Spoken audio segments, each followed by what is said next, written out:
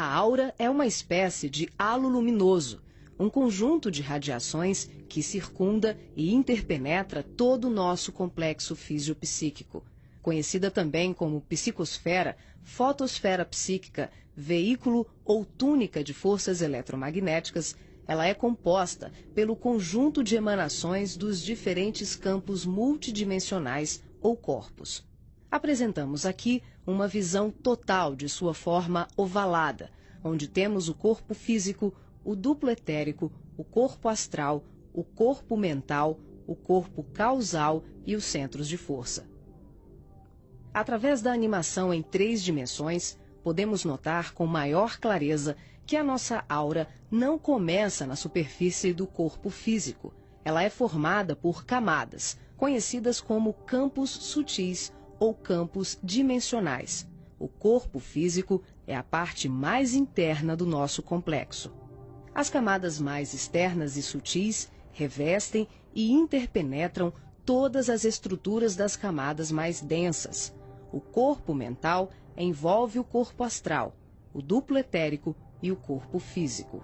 Na cor amarela, vemos a aura mental, de cor rosa, a aura astral, e na cor azul, o duplo etéreo. Essa atmosfera fluídica envolve todo o nosso sistema físico, revestindo os órgãos, tecidos e células com energias vitais, astrais e mentais. Dessa forma, o pensamento circula por todos os escarninhos do nosso sistema orgânico e psíquico.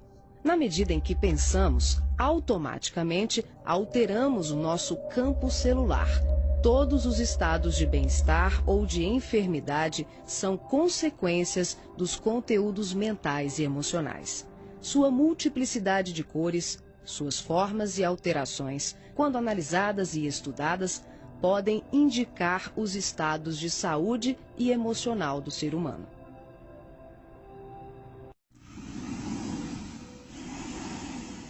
A palavra chakra vem do sânscrito e significa roda de luz, também conhecido como centros vitais, fulcros energéticos ou centros de força. Geralmente são visualizados por videntes e clarividentes como campos em forma de redemoinhos, com a aparência de uma flor, com pétalas irradiantes e coloridas.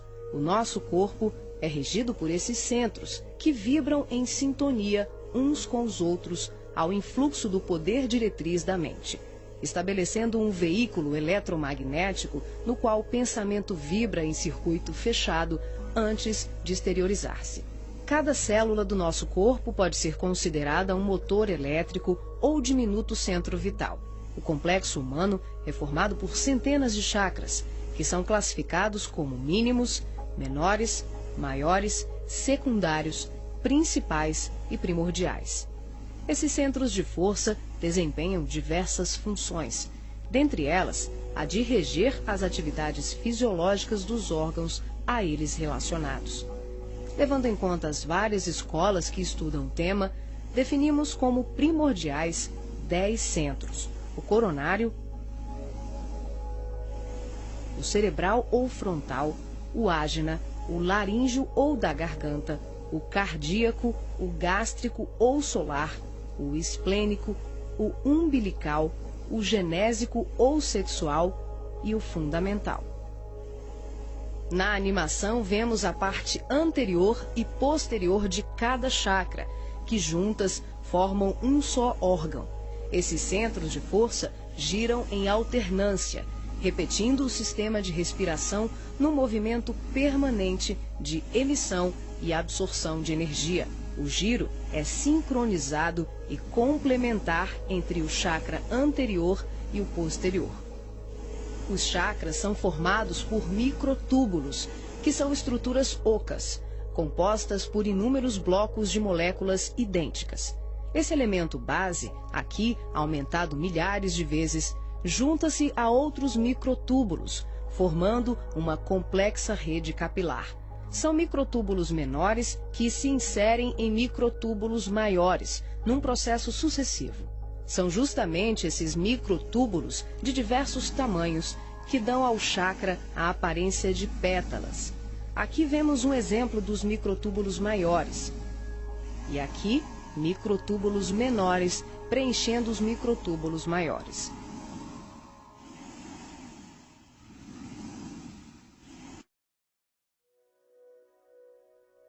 Assim como os chakras, a aura também é formada por microtúbulos, que podem ser vistos com maior precisão no duplo etérico. Os microtúbulos se afunilam, ficam cada vez menores e penetram os poros das membranas celulares. Como os citoplasmas das células é constituído em grande parte por água, que é uma das substâncias mais suscetíveis à magnetização, podemos concluir que o nosso bem-estar ou os nossos males físicos são frutos da nossa forma de ser e pensar. É assim que as vibrações positivas ou negativas geram saúde ou doença em nossas vidas. Tudo é resultado da direção e da qualidade que damos às nossas correntes mentais.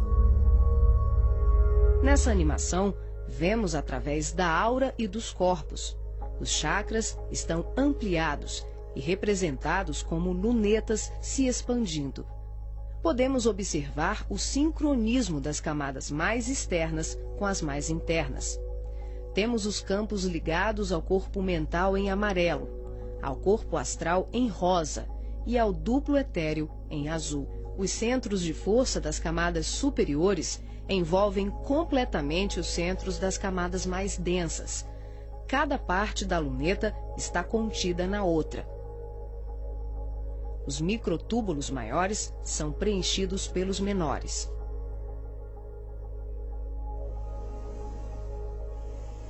Responsável também por funções psíquicas, os chakras estão relacionados com algumas capacidades de percepção.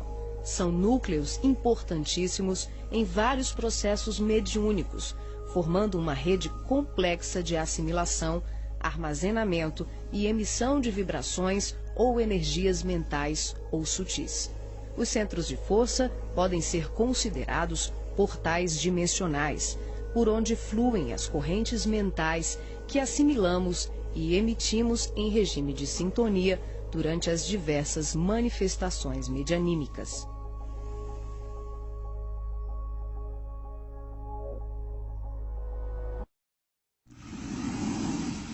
Vemos agora os chakras relacionados aos seus respectivos órgãos. Começamos pelos superiores, representados pelo coronário, frontal e ágina, anterior e posterior. Podemos observar o giro em movimentos de alternância, num ciclo permanente de emissão e absorção de energia. Vemos também a sincronia entre os anteriores e os posteriores. O coronário é o centro da sabedoria. Tem responsabilidade direta sobre as funções psicológicas, cerebrais e espirituais. Alimenta as células do pensamento e é o provedor de todos os recursos eletromagnéticos indispensáveis à estabilidade orgânica. É o centro de mais alta frequência. Na animação, o chakra ágina, responsável pelas percepções visuais, vidência e clarevidência, aparece na sua parte posterior da mesma maneira que o frontal. Na verdade, eles se juntam, formando um só chakra, localizado na parte posterior da nossa cabeça. É aqui que o cordão de prata é inserido. O frontal é o centro da mente. Responde pelas funções da visão, da audição, do olfato e ainda administra o sistema nervoso central. É responsável também por uma vasta rede de processos da inteligência, que dizem respeito à palavra, à cultura, à arte e ao saber. O chakra laríngeo é o centro da expressão, regula a fonia, o sistema respiratório, o processo digestivo inicial, a pressão arterial e corresponde-se com as glândulas tireoide e paratireoide. O que na imagem se assemelha a uma pétala são os microtúbulos dos mais variados tamanhos. Eles giram em um processo sincrônico, sempre de forma complementar. O cardíaco é o centro do sentimento, vemos a sua feição posterior e anterior. Ele sustenta os serviços da emoção e do equilíbrio geral. É o responsável pelas energias de todo o aparelho circulatório e se relaciona com o sistema nervoso parasimpático. O centro gástrico também é conhecido como solar ou centro de cura. Um chakra de baixa frequência, o gástrico é uma das mais ativas usinas de fluidos vitais para exteriorização. É responsável pelos processos digestivos e grande parte do metabolismo, atuando vigorosamente sobre o estômago e órgãos envolvidos na digestão. Dentro desses microtúbulos ocos, temos outros microtúbulos ocos. O chakra esplênico é um dos mais importantes. O centro do equilíbrio é também uma grande usina de fluidos. Ele regula a distribuição e a circulação adequada dos recursos vitais em nosso corpo. A feição de pétalas que vemos nessa animação é por conta dos microtúbulos maiores. O umbilical completa as funções do gástrico e do esplênico. Na sua parte posterior, ele é menor. Nós ampliamos para demonstrar de forma clara como esses chakras se interagem. O genésico, conhecido também como chakra sexual, é o centro das formas e elevação. Exerce grande importância nos processos genésicos. Elabora densos campos fluídicos que, quando bem canalizados, podem propiciar vigorosos potenciais energéticos no campo do amor e da criatividade. O chakra fundamental trabalha como se fosse o posterior do coronário. Ele está na base inferior da coluna vertebral, na região do períneo, entre o ânus e os órgãos genitais. Forma, junto com o genésico e o básico, uma tríade, tão importante como o coronário, o frontal e o ágina. Integrado ao genésico, esse centro trabalha principalmente na captação de energias vindas da Terra, oriundas dos raios gama, da água e dos metais.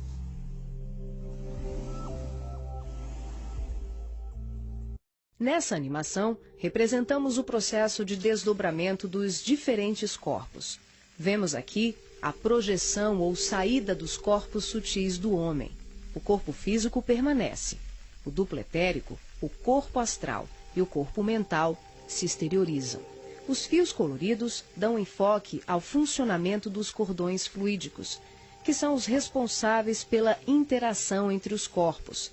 Para ressaltar os fluxos mental, emocional e vital, subdividimos o cordão de prata, que assimila todos os fluxos, em 3. O cordão de prata propriamente dito, que liga o corpo físico aos demais corpos sutis, aqui representando apenas o fluxo mental.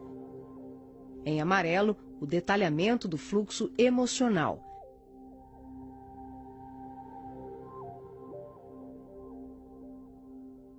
E na cor rosa, o fluxo vital. Esses cordões são semelhantes ao cordão umbilical, porém, a densidade deles é muito mais sutil.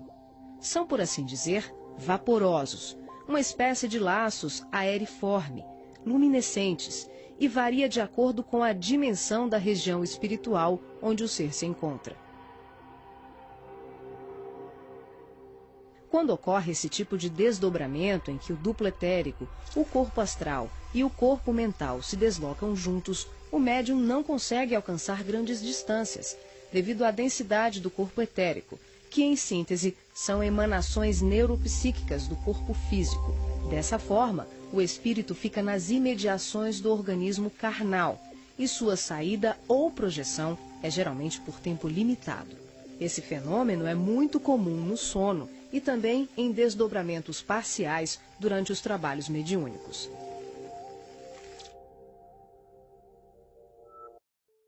Nesse exemplo de desdobramento, a projeção se inicia com a exteriorização dos 3 corpos sutis, o duplo etérico, o corpo astral e o corpo mental. Em seguida, o passivo devolve ao corpo físico os eflúvios vitais, conhecidos em seu conjunto como duplo etérico, que tem como uma de suas funções a assegurar o equilíbrio entre a alma e o corpo de carne, garantindo o calor indispensável à colmeia celular. Desembaraçado dos veículos mais densos, corpo físico e duplo etérico, o médium se desloca com o corpo astral, envolvido pelo corpo mental e pelos outros corpos mais sutis, aqui não representados. Ao devolver as energias neuropsíquicas, o médium projetado fica, por assim dizer, mais leve e ágil, o que lhe permite uma melhor condição de trabalho e observação, além de lhe possibilitar o deslocamento para regiões diversas. Ele pode viajar para qualquer lugar do espaço, incluindo o plano físico e o extrafísico. O corpo astral, envolvido pelo corpo mental, fica permanentemente conectado ao corpo físico pelo cordão de prata, que também é conhecido como cordão fluídico.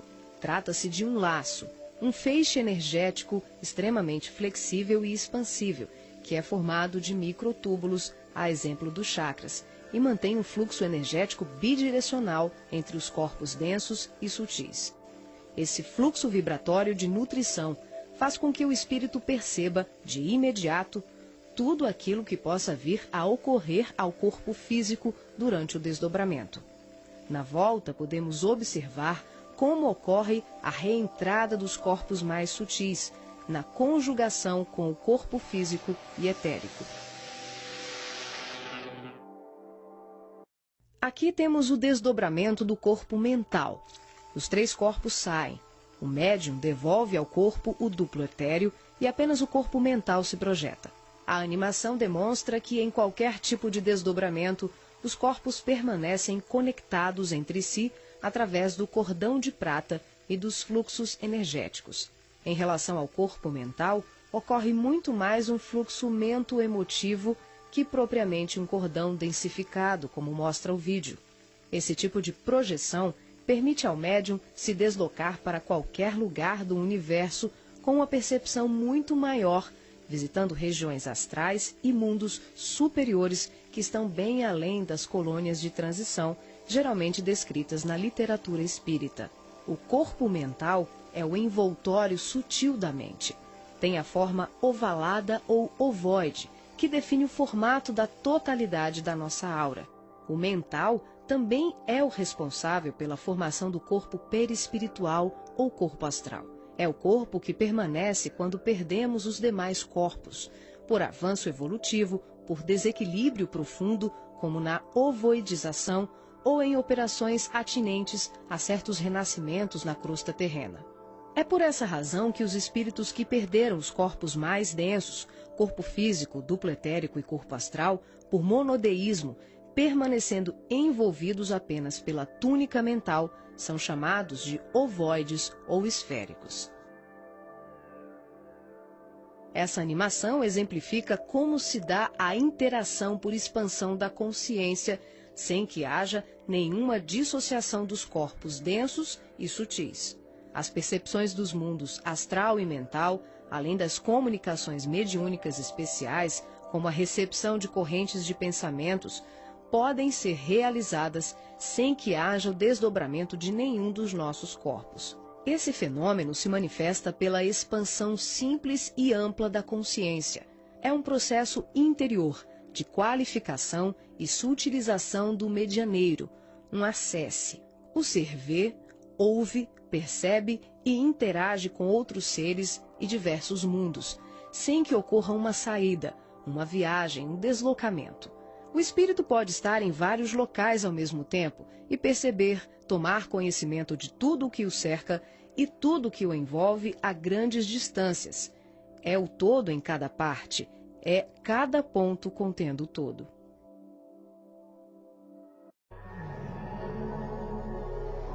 Nessa animação, visualizamos os espíritos revestidos apenas pela túnica ou corpo mental, após a perda do corpo astral ou perispiritual, quando tomamos a parte pelo todo.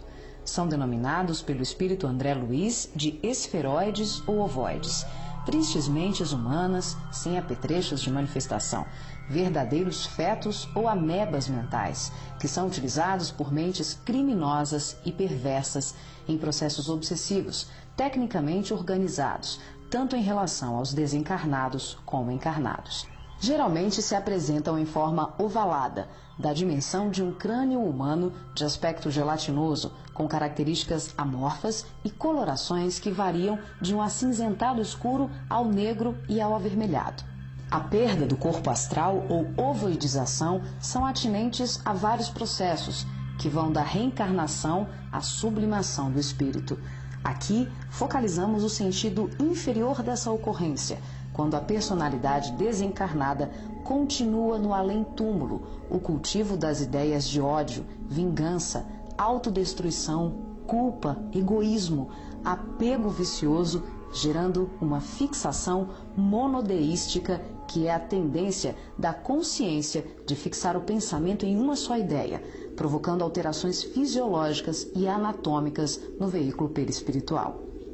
As partículas mentais circulam em circuito fechado pelo campo da aura e são absorvidas pelos chakras, provocando a assimilação de forças degradantes pelas células perispirituais, que passam a operar em regime de desequilíbrio, até que pela repetição incessante e de longo curso de tal mecanismo, o ser gasta, por assim dizer, o seu corpo astral ou perispiritual, ficando revestido apenas pelo corpo mental. Como a mente é o fundamento organizador de todos os nossos tecidos grosseiros e sutis, as cristalizações do pensamento em circuito fechado, em verdadeiros processos de auto-hipnose, de ondas negativas, de ódio, mágoas e diversos outros sentimentos de baixa vibração, acabam gerando uma atrofia do corpo espiritual da criatura em desequilíbrio, perdendo temporariamente o desenho humano. Os ovoides, quando são atraídos e localizados por mentes perversas no campo da aura de encarnados ou desencarnados, passam a viver em regimes simbióticos com suas vítimas, absorvendo-lhes as forças psíquicas em movimento automático de sucção, à semelhança de vários parasitas encontrados na natureza, levando à desorganização das estruturas psíquicas daqueles que lhes sofrem a ação doentia. Dependendo das parcelas de créditos e débitos entre os litigantes de tão triste quadro, as relações vindicativas podem se prolongar para além da morte física do hospedeiro.